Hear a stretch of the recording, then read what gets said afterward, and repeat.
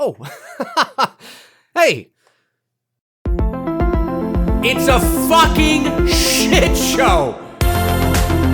What you think you see, what you think you hear, that's what it's about.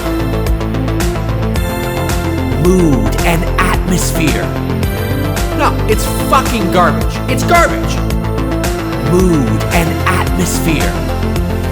Now that I really like. That's what I'm looking for. That's what I want to see. Hey folks, how you doing? Dave McRae here. Okay, resurrection. Okay, in this video, I want to talk about what I think they need to do, or what I would like to see in a sequel to Halloween 2018. However, do not misinterpret this video as a glowing endorsement for a sequel to Halloween 2018, because to be totally honest with you, I really don't think they need to make a sequel.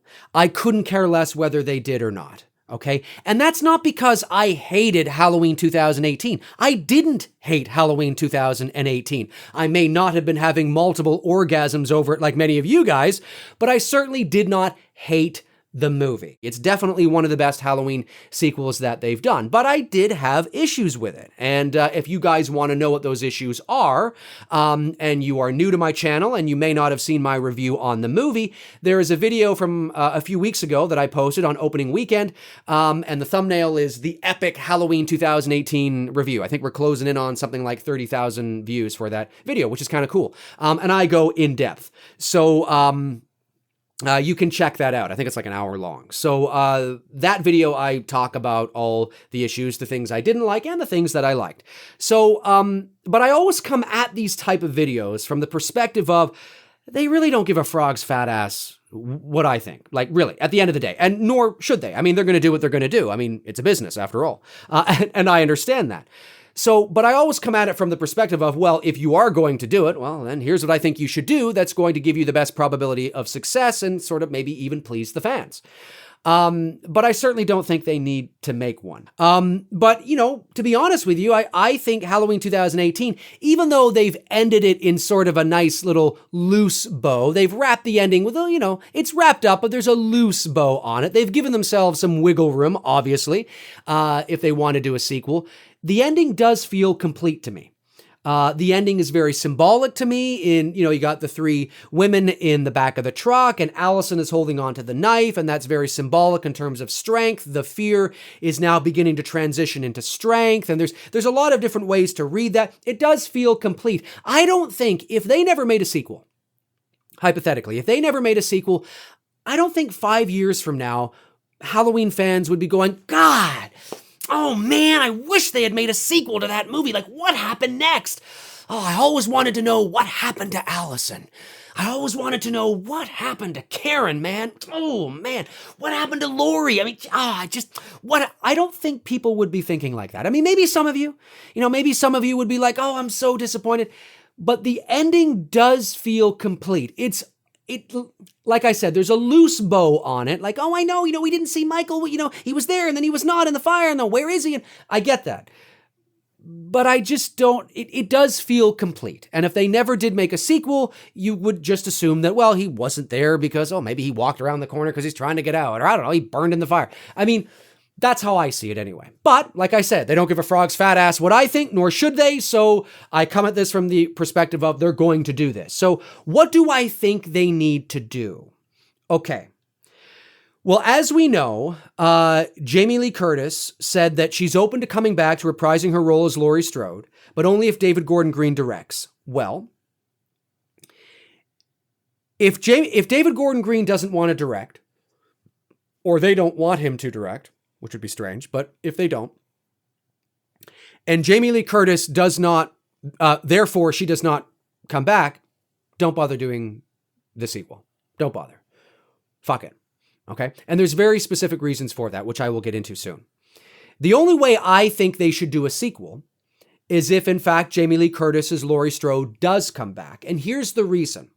if they're going to do a sequel to Halloween 2018, in my opinion, you have to have the movie pick up exactly where the 2018 film left off. And that's not because I think they need to tip their hat to the 1981 sequel. It has nothing to do with that. It has everything to do with what you've built in the 2018 film, okay? You've built and marketed that movie as, the epic conclusion, essentially, to the Michael Laurie story. The whole narrative is executed that way. It's playing out that way, right? Michael versus Laurie, Laurie versus Michael, 40 years in the making. We see the pain on Laurie's face. We see the trauma on Laurie's face. We see how it's affected her daughter and her granddaughter and the family dynamic and all that kind of shit. We're seeing her in the car watching Michael, right? Being released, being transferred, and she's drinking and she's screaming. She can't, we see the pain. This is how this movie has been marketed. He's been waiting for me. I've been waiting for him, even though I think the line should have been, it's been waiting for me, I've been waiting for it, but that's totally besides the point. This is what it is, right? And we're, the whole movie is moving towards this epic conclusion. She's ready. She's fucking ready, man. She's been waiting for this goddamn moment. This is it. Well, if you set a sequel a year later, are we just going to be doing the same thing over again? Oh, Michael's back. I didn't kill him. Okay, well, now I'm ready. This time I'm ready. And now this movie's going to be about finding Michael and having a thing and building to this epic. It's just like you're just making almost the same movie over again. You don't want to lose the momentum of what you've built in Halloween 2018. So I think if you're going to make a sequel with that, to avoid kind of making it seem lame and anticlimactic, like you build to this epic conclusion in 2018, and then all of a sudden it's like a year later, and then it's building up again, it begins to build up again to another conclusion or something like that. It doesn't feel organic to me. So I think if you were to have the sequel pick up where the first one left off, it feels just like, oh, I get it. Okay, well, that was epic, but it wasn't necessarily the conclusion.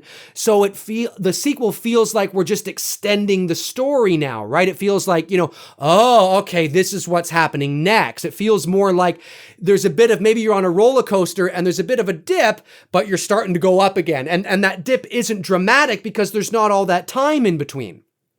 It feels very like, oh, it's the same night. We're still on this same roller coaster. So now all you've done is you've just extended the epic conclusion, right? You thought it was the conclusion in this movie, but now we're just going to move it over here. And it feels more organic that way. It's like a ride you're on that you wish wouldn't have ended. And you're like, oh, it's actually not ending. And you're like, oh, cool. You know what I mean? But if the ride actually does end, which would be the equivalent of the movie taking place a year later, well, now you're beginning a new ride and you're going upwards again. It just feels weird. It feels stupid. You're devaluing everything you tried to build and create in that first movie. And the reason why I think Laurie needs to come back is because of that. If Jamie Lee Curtis does not come back, and we know that she only said that she would come back if David Gordon Green would direct the sequel. So if he doesn't direct the sequel, if he doesn't come back and Jamie Lee Curtis is true to her word and she doesn't come back, don't even bother doing a sequel. Don't even bother doing a sequel, because then what are you going to do? Right? Is Laurie alive, but she's just she's moved away now, and now you have Michael Myers terrorizing people, but Laurie's not. Now that kind of feels weird. That makes the 2018 film feel kind of weird because Laurie didn't actually do what she set out to do. So now you're devaluing that again, right? Kind of feels like, oh, right. And if she's not in the movie, then is he after her granddaughter? Well, you got to be careful with that, because now you're going to start putting motive back into the narrative, and we don't want to do that, right? He's the absence of character, the absence of motive. Remember, in Halloween 2018, he didn't necessarily go back to Haddonfield for Laurie. He just happened to stumble upon her. And when he saw her out the window and he was tilting his head, he was like, oh, fuck, I know you.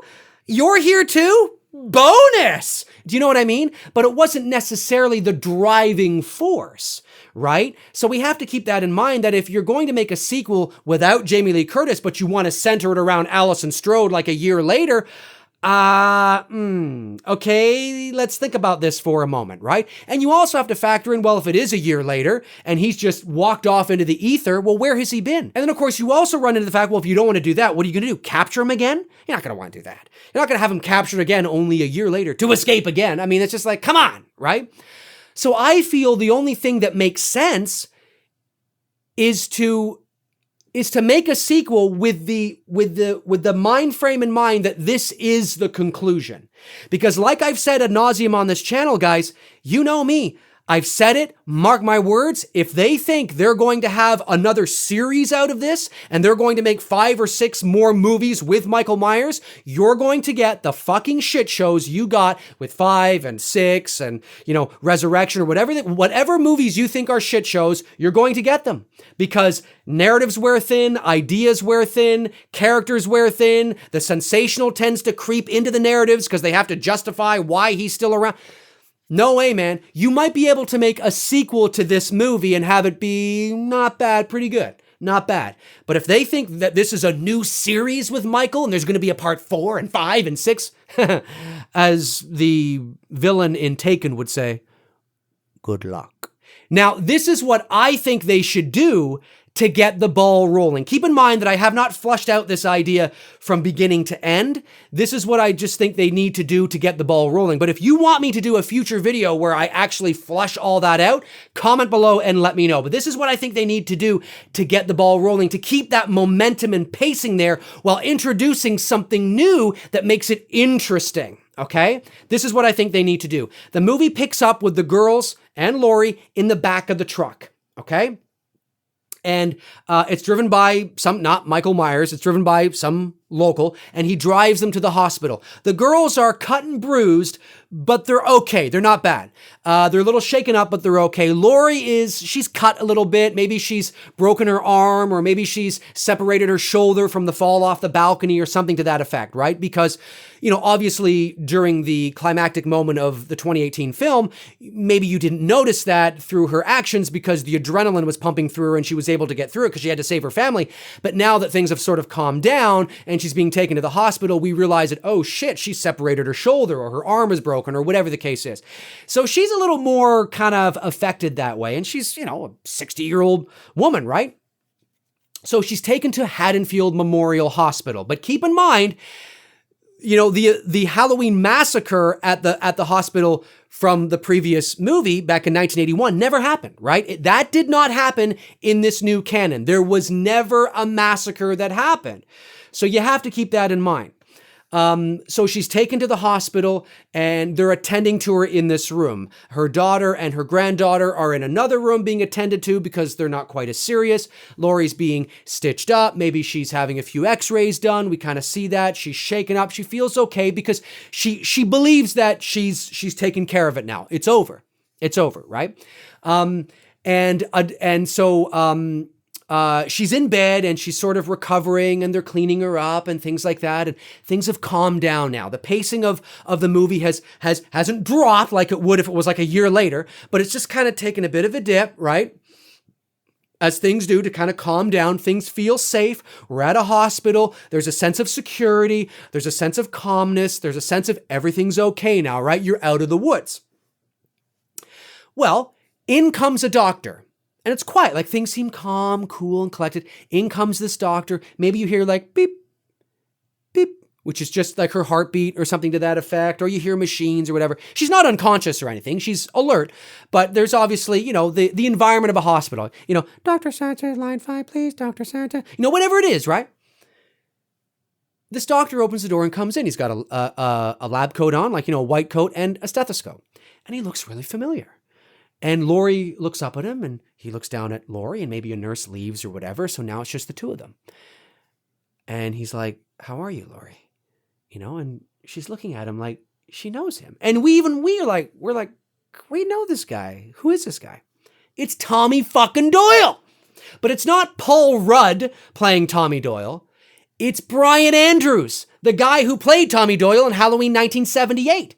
Okay, now, I don't know whether or not Brian Andrews would have any interest in coming back to play that role. And who's to say that, the fine folks at Blumhouse would even want him to come back and play that role. But I think it would be awesome if they got him to come back and play that role, because now there's that emotional connection to the first movie, because it actually is Tommy Doyle. It's not Paul Rudd. It's Brian fucking Andrews. And he's a doctor at Haddonfield Memorial. That's what he went on to do. But even though he works in the same town that Laurie has essentially been in for 40 years, they haven't necessarily known each other for that long. I mean, he probably went away to medical school, and maybe, he's in his late 40s now. So maybe this is just, he's only been back in Haddonfield for a couple of years. Who knows, right? Maybe he was at another hospital in Chicago for a while, or, whatever the case is. Just because he's working at Haddonfield Memorial doesn't necessarily mean that he's been there his whole life, is what I'm trying to say, right? So the idea of Laurie not recognizing him, or them not having seen each other in decades, is completely plausible.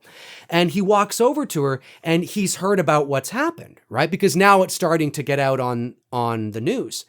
And he kneels down beside her, and there's this great moment between Laurie and Tommy, but it's Jamie Lee Curtis and Brian Andrews. And there's this great moment between them, and they're talking, and it's like, wow, like this is really cool to see. And Tommy is asking her if she's okay. And, and Laurie thinks she's out of the clear, and she explains what's happened, and you see the fear on Tommy's face because he fucking remembers. But it's not the fear on Paul Rudd's face. It's the fear on Brian fucking Andrews' face. You know what I'm saying? It's like, oh shit, this is Tommy Doyle. So like we buy it. It's that connection. Do you know what I'm saying? And he's sitting there, and Tommy doesn't say this. He doesn't say this line. He just alludes to it through that unspoken communication, that eye contact. What's that famous line that Tommy says at the end of the 78 film? You can't kill the boogeyman, right? And he doesn't say that to Laurie here because, well, I think I would shoot it two ways. I would shoot it where he does, but I would also shoot it where he doesn't. So I have an alternate take, because it could come off as a little cheesy, a little forced, and you certainly can't replicate what you did before. And I don't want to run that risk. So it might be more effective if it's unspoken, in the sense of, maybe Laurie is in bed and she's saying something like, it's over now. It's finally over, or something to that effect, right? And Tommy is quiet, and he looks up at her and he says, are you sure? Do you know what I mean? And that's it, right? We know what he means. You know what I'm saying? We know what he means. It's that unspoken, fuck, and it's Brian Andrews saying it, and Laurie looks down at him, and they just make that eye contact like, I remember. Shit. And all Tommy has done, he doesn't know for sure. He wasn't there, but it's starting to bring back some memories, right? And Tommy has now, the character of Tommy Doyle has planted the seed of doubt in Laurie's mind. It's that look that she gives him, like, there might be a bit of that, fuck off, Tommy, like, don't say that, right? But now it's starting to get to her like, oh shit, like, yeah, did I? Do you know what I mean? So then what happens is Tommy and Laurie leave the hospital together. He gets somebody to cover for him. He says he's checking out. All the other doctors are like, why are you doing that? Why are you going with this your patient? Like, you're going with your patient? Because they don't know. It's not like Tommy has been talking about this for years. It hasn't necessarily affected him in the ways that it affected Laurie, because Michael never actually personally attacked Tommy and Lindsay. They were there, and definitely maybe they had some counseling, or it may have affected them, but but he's not suffering from the trauma and the PTSD at the same level that Laurie necessarily is and was. So it's not like he's been talking about it his whole life, or he became a recluse. No, he became quite successful, right? He became a doctor. So his colleagues don't necessarily know what's going on. So when he says, cover for me, I'm leaving, and they see that he's leaving with this woman who came in with Laurie, the weird fucking lady down the street, they're like, what the hell's going on here? And even her daughter, Karen and Alice, are like, Mom, where are you going, right? And maybe Laurie is starting to lose it a little bit, and she turns to the security guard that's there and say, you lock these doors. And he's like, ma'am, I can't lock these doors. We have people coming in. Whatever. You start to see the paranoia build up in her again. So what's happened here is that there's, from the 2018 film, there's a bit of that lull. There's just a little bit of a lull right at the hospital that we get, but it never dissipates. It never dissipates in the ways that it would if you start the movie a year later. And certainly if you start the movie without Laurie Strode because she's, I don't know, died off camera from some weird accident or something, or she's just not in the movie because she moved to Chicago. No, you keep it consistent. You keep that it's just an extension of this story. Okay, so there's a bit of a lull at the hospital where there's some breathing room for the characters and for the audience, but then just as quickly as, we have some breathing room, we start to go up again. It's a ride. It's like a roller coaster, right? Ah! And then there's so there's a bit of that lull, but they don't give you time to breathe for too long. And what Laurie and Tommy do is they get into Tommy's car and they drive over to Laurie's house because Laurie wants to make sure I want to make sure. Now Tommy's there. Tommy's not becoming like a Dr. Loomis or anything like that. He's Tommy Doyle. Okay. He just happens to be a doctor. But he's not spewing dialogue like Dr. Loomis or Sartain. No. He's just a regular dude. He's Tommy Doyle. Okay. He just happens to be a doctor.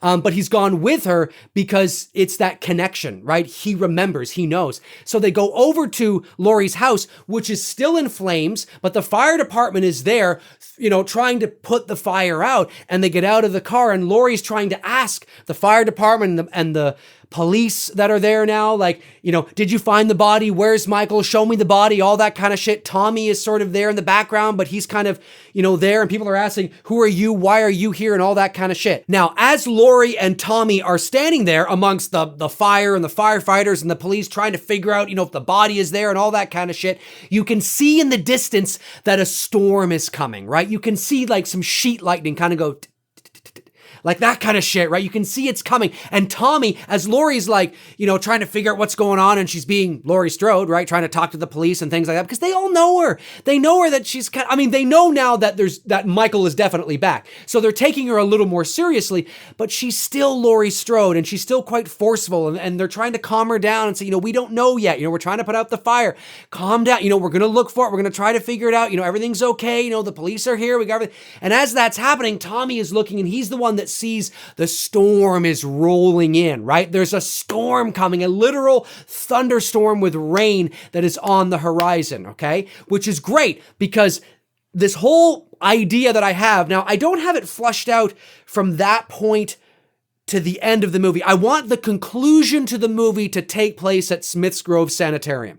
That's where I would like it to take place. That's where I think you should go. You don't have it go back to the hospital because that would be too on the nose and reminiscent of Halloween 2, 1981, even though you could, because Halloween 2, 1981 in this new timeline, like I said, doesn't exist. It never happened. So you could do that, but it might be a little too on the nose. So I would have whatever happens after that moment, all the juicy stuff in between, the rest of the first act and, the second act, whatever we do there, it leads to Smith's Grove Sanitarium. That's where the epic conclusion happens. And it happens amongst a thunderstorm. So the power can go out, and at the sanitarium, you have the other patients there as well that you gotta we gotta make sure that these other patients aren't gonna, get out, and they're getting agitated because there's a storm, and they know that Michael Myers is probably coming back, right? He's coming in, and all the dark hallways and the crevices and the alcoves and the lighting that you could, utilize and shit like that. And Laurie and Tommy end up there for how, I don't know, but that would, I would take care of that when I flush this idea out, that's where it leads to. And the epic conclusion to the entire story, the entire fucking thing happens at Smith's Grove Sanitarium. And you can utilize the mood and the atmosphere and the hallways and the storm and the lightning and shit. It would be dripping with fucking 78 mood and nostalgia. But this time you bring it, you don't copy anything. You just bring in that flavor. You play the mood and the storm as part of a character in the movie, and you really amp up that side of the boogeyman, right? He is that storm that is rolling in. And the reason why we have a storm in this movie is not just because, of mood and atmosphere. It's symbolic to how pissed Michael is now. It's like, oh shit just got real. A storm is rolling in, right? You see it on the horizon. Oh shit. Okay, now we gotta it's very symbolic that way, that Michael is going to make his return just like an hour later, but now it's like shit just got real. So they have the rain to deal with, they have the thunder to deal with. You can utilize that in other locations as, it begins to pitter patter on the pavement and shit like that. The kids are going inside now, really building that tension that the storm is coming back with a vengeance. And of course, there's a double meaning to that, right? So that's what I would do. That's my idea that I would do. Haven't fleshed out the rest of the first act or the second act, haven't even fleshed out really the third act, but I do know that the epic conclusion moves in that direction. That's where it goes, towards Smith's Grove Sanitarium. That's the blueprint of what I think would be a very interesting yet different sequel to this Halloween 2018, but taking it up a notch, taking it to the next level while still keeping that momentum that you have from the 2018 film. You don't lose the momentum. And Karen and Allison are heavily involved as well. They don't just take a back seat and you don't ever see them again. No, they're heavily involved in the narrative as well. They're at the epic conclusion at, Smith's Grove, and they're part of the whole thing. I'm just saying that that's what I would do so you don't lose that momentum. Whew. Comment below and let me know your thoughts if you want me to do a future video where I flush the rest of the first act and the second act, essentially flush more of the details out about how we get to that conclusion. Comment below and let me know your thoughts, and I will definitely do my best to do a future video on that. I gotta think about it more. I take these things so fucking seriously, you know what I mean? Comment below and let me know your thoughts. My name's Dave McRae. If you want to follow me on Facebook, you can at facebook.com/manythingsdavemcrae. That's where I tend to post in the meantime and in between time when I'm not posting here. If you want to help support the channel each and every month via Patreon and get in on some Patreon goodies, you can do that. The link is in the description as well as some other links there too. So in the meantime and in between time, I will talk to you guys soon. Cheers.